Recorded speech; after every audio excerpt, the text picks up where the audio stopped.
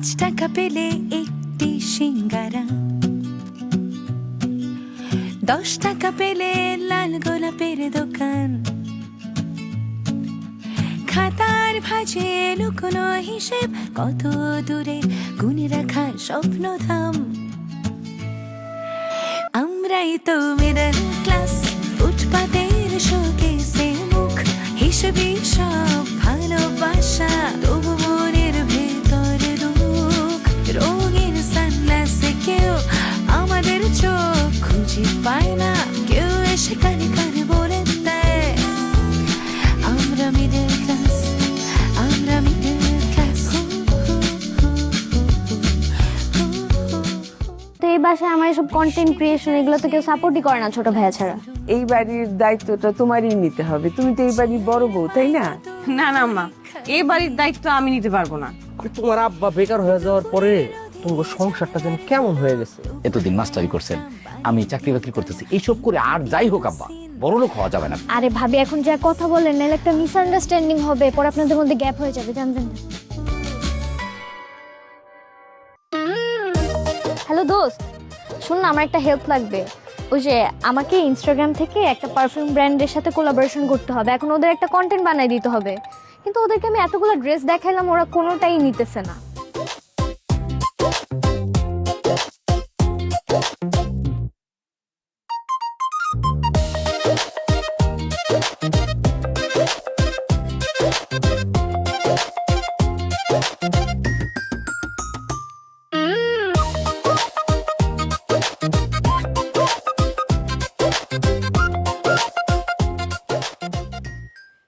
আমার কি মনে হয় জানো, এই যে মবিন বোধ হয় কোনো সমস্যায় আছে, ও টাকা পয়সা ঠিক মতো দিচ্ছে না, আদৌ দেবে কিনা সেটাও তো বুঝতে পারছি না। আমি তো বুঝতে পারছি না, এরকম হলে তো সংসার চালানো একটা কষ্টকর ব্যাপার হয়ে যাবে। কি করে সংসার চালায়? এত দুশ্চিন্তা করো না, এত বছর যেভাবে চালিয়েছো, হয়তো মবিন টাকা না দিলে একটু বেশি কষ্ট হবে, কিন্তু কিছু না কিছু তো করবো, বসে তো আর থাকবো না, তাই না? বাবা বুঝবো? হ্যাঁ, ও হ্যাঁ, বস। কিছু বলবি? আচ্ছা বলো, কেমন চলছে, কেমন তোর চাকরি? ভালোই লাগছে, অনেক চ্যালেঞ্জিং বাবা, শিখছি, আরও শিখতে হবে। চাকরির শেষ দিন পর্যন্ত শেখার সুযোগও থাকে, আর যত শিখবি ততই উন্নতি করতে পারবি। আমি আসলে অন্য একটা বিষয় শেয়ার করতে চাচ্ছিলাম তোমাদের সাথে। কর। মানে ভাইয়া তো যতদূর জানি এখন আর আমাদের ফ্যামিলিতে কন্ট্রিবিউট করতে চাচ্ছে না, সেটাও চাইতেই পারে, ওর একটা ইন্ডিভিজুয়াল ফ্যামিলি আছে, রেসপন্সিবিলিটি আছে। আর আমাদের মিডল ক্লাস ফ্যামিলির সবচেয়ে বড় ক্রাইসিস হচ্ছে বাসা ভাড়া। মানে আমাদের তো ইনকামের সবচেয়ে বড় অংশটাই বাসা ভাড়ার পিছনে চলে যায়। তাই আমার মনে হলো একটা বিষয়, এটা একটা মানে আইডিয়া শেয়ার করছি, আমি জানি না এটা ওয়ার্ক করবে কিনা বাবা, কিন্তু আমার মনে হচ্ছিল যে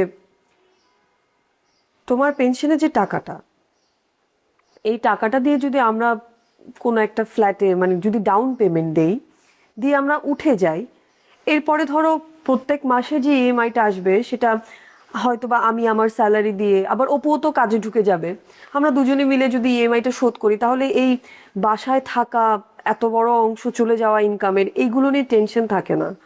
কি বলো? হ্যাঁ হয়, কিন্তু আমি একটা কথা বলি নুসরাত, তুই তো মাত্র চাকরিতে জয়েন করেছিস, চাকরিটা এখনো পার্মানেন্ট হয়েছে কিনা এটা বলা যাবে না। তো কিছুদিন চাকরি কর, নিজ অবস্থা বোঝ, তারপরে একটা ভবিষ্যৎ পরিকল্পনা করা যাবে। আর দ্বিতীয়ত হচ্ছে একসাথে যে টাকাটা পেয়েছি গ্র্যাচুইটির টাকা, আমি আসলে এই টাকা হাত দিতে চাই না, এই কারণেই যে নিশির লেখাপড়ার একটা বিষয় আছে, আর যত কিছুই হোক তোর বিয়ে শাদীর একটা ব্যাপার আছে, এবং এইসব মিলিয়ে এটা হচ্ছে আমাদের একেবারে শেষ সম্ভব। এখন হয়তো এটা ডাউন পেমেন্ট দিয়ে একটা ফ্ল্যাটে আমরা উঠে যেতে পারি, কিন্তু এরপরে একেবারেই হাতটা খালি হয়ে যাবে। এটা আসলে মানে আমার কথা বলতে পারি, আমি মানসিকভাবে দুর্বল হয়ে যাব। তো ঠিক আছে, তবু তোর এই কথাটা একবার আমি ফেলে দিচ্ছি না, ভাবি কিছু করা যায়, যা আরো কিছুদিন যাক, তারপর আমরা ভাববো। আপাতত যেভাবে আছি এভাবেই চলি। আর তোমাকে একটা কথা বলি, মুবিন, হ্যাঁ ওর তো এখন একটা ফ্যামিলি হয়েছে, আর যে খুব বড় কোনো চাকরি করে তাও তো না, তাই না? তো এই কারণে একটু প্রেশার তোর উপরে পড়েই। সুতরাং মুমিনের উপরে আমরা একেবারে 100% নির্ভর করে থাকবো এমন না। আর আমি রিটায়ার করেছি একটা চাকরি থেকে, আমার বিদ্যা তো এখনো রিটায়ার করেনি, আমার শিক্ষাটা তো এখনো রিটায়ার করেনি। কিছু না কিছু করব, অত আতঙ্কিত হয় না, ভয় পেও না তোমরা, ঠিক আছে?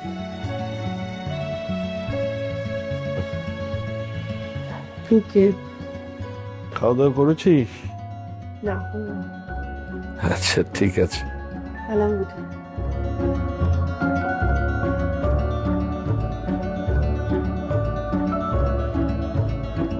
আমার মনে হয় ও যে বুদ্ধিটা দিল একটু খারাপ না। মানে দেখো, বাড়ি ভাড়ার জন্য প্রত্যেক মাসে কতগুলো করে টাকা গুনতে হয়। এই ব্যাপারে যদি তুমি একটু ভাবো, তাহলে আসলে অনেকগুলো টাকার ব্যাপার তো। আর এত বড় বাড়ি তো আমাদের দরকারও নেই। নার্গিস, এত বছর আমরা তো এই বাড়িতে ভাড়া থাকলাম,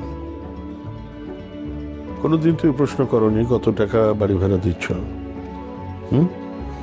আমার রিটায়ারমেন্টের পরে তোমাদের এক একজনের একটা নতুন নতুন চিন্তা ভাবনা আসছে, খুব আতঙ্কে আছো বোঝে না? আমার বড় ছেলেটি সে ব্যবসা করবে, গ্র্যাচুইটির টাকাটা দিতে হবে। মেয়েটি নতুন ফ্ল্যাট কেনার চিন্তা করছে। তুমি মনে করছো আরে বাবা, আমি তো রিটায়ার করেছি চাকরি থেকে, আমার বিদ্যা আমার শিক্ষা এগুলো কিন্তু রিটায়ার করেনি। অত দুশ্চিন্তা করো না, আমি যতদিন বেঁচে আছি ততদিন তোমরা কেউ বিপদে পড়বে না। আর একেবারেই এটা মাথার মধ্যে রাখবে যে এই যে টাকাটা, গ্র্যাচুইটির টাকাটা, এটা অনেকটা ওই কি বলে না, ওই অন্ধের লাঠির মতো, এটা সবসময় থাকবে। এটা নিয়ে একটু অন্য কোনো কিছু চিন্তা করবে না। আর বাকিটা, হ্যাঁ মবিন যদি আমাদেরকে ঠিকমতো কন্ট্রিবিউট করতে না পারে, ঠিক আছে, সমস্যা নেই, হতেই তো পারে। ও এখন বিয়ে করেছে, আলাদা একটা খরচ আছে, তার বউ আছে, তার শ্বশুরবাড়ির আত্মীয় স্বজন আছে, তো সে হয়তো একটু সমস্যায় আছে। আবার এটাও ভাবতে পারে যে আমি আলাদা থাকি, থাকুক, কোনো সমস্যা নেই, আমরা আমাদের মতো করে থাকবো। আমাকে একটু ভাবতে দাও, আমি এখানে বসে থাকবো না। আমি সকল রিটায়ার্ড পার্সনের মতো বাসায় বসে শুধু তসবিহ গুনতে থাকবো আর মসজিদে গিয়ে 5 ওয়াক্ত নামাজ পড়বো, এমন মানুষ না। আমি ধর্মকর্ম করব, টিকে থাকার জন্য যা যা করা দরকার সবই করব, এবং সেটা অবশ্যই সৎ পথে। বাইরে এইভাবে মানে এটা না, এই লেকের পরে এইভাবে লোকজন সব দেখতেছে, তাকায় আছে, মানে আমরা একটা রেস্টুরেন্টে বসতে পারতাম। এখানে আসার কারণ আছে। কি কারণ? কারণ আমি কান্না করব।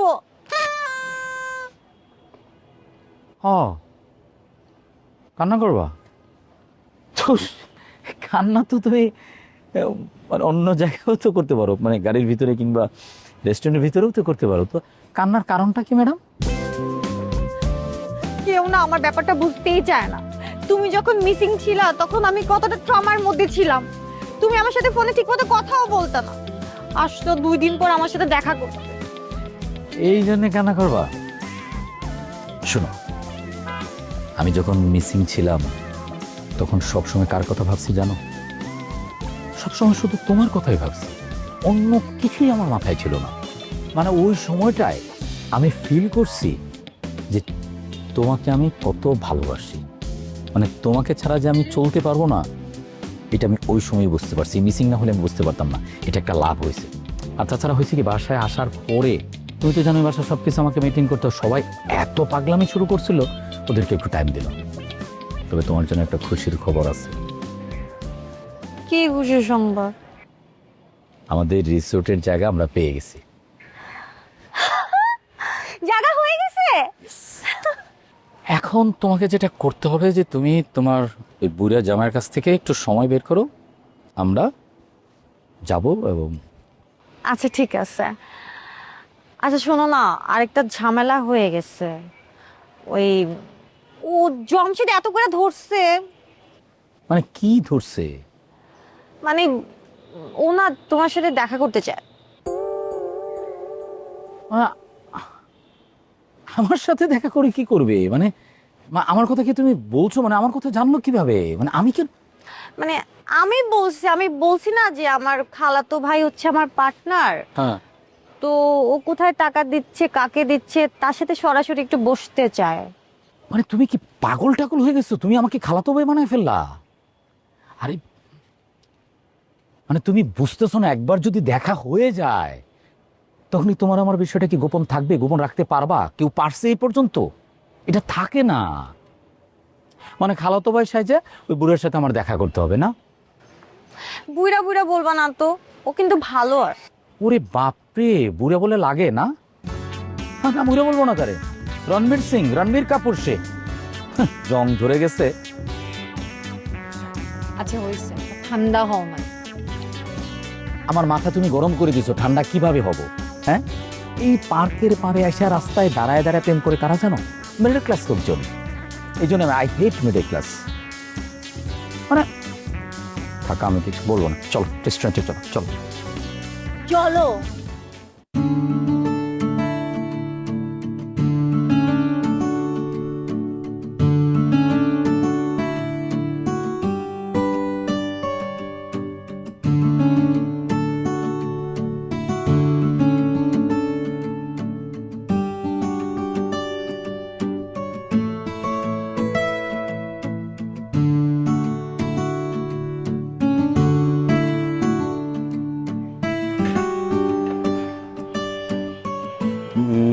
চা, হ্যাঁ, গন্ধটা খুব ভালো লাগছে।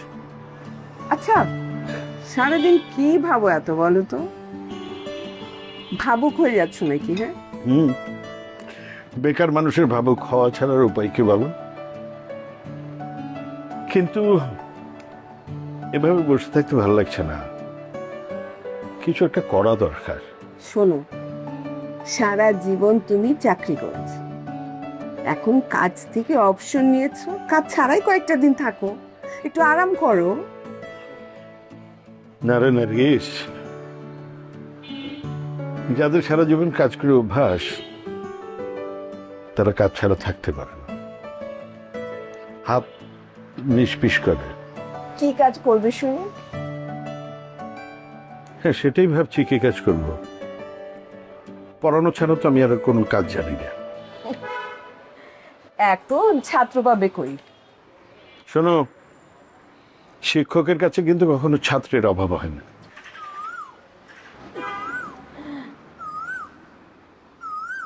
এই শোনো, ওই যে দেখো কোকিল কেমন করে ডাকছে, কি মিষ্টি।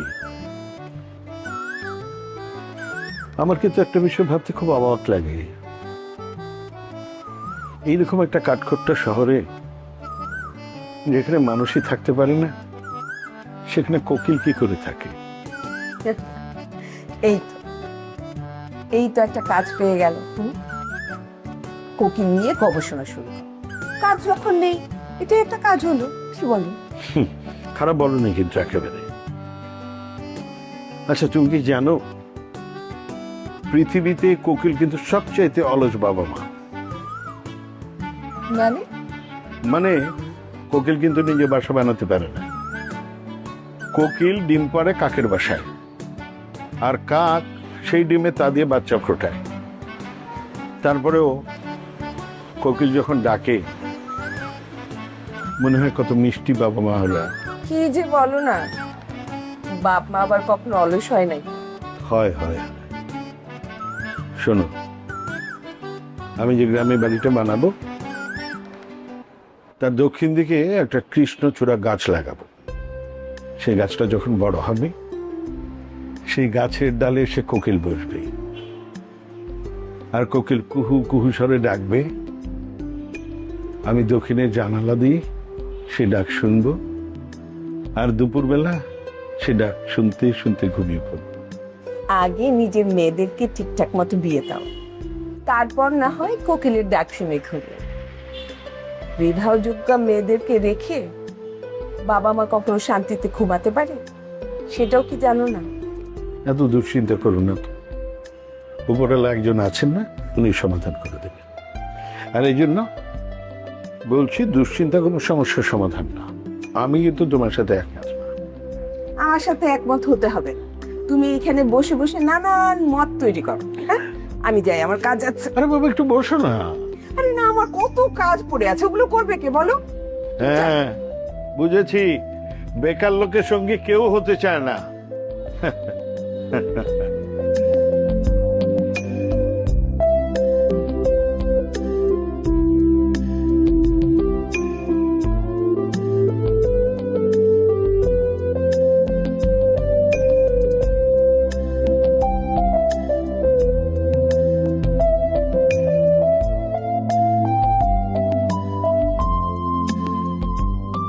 কি অবস্থা, একটু পরিষ্কারও করে না গাছ।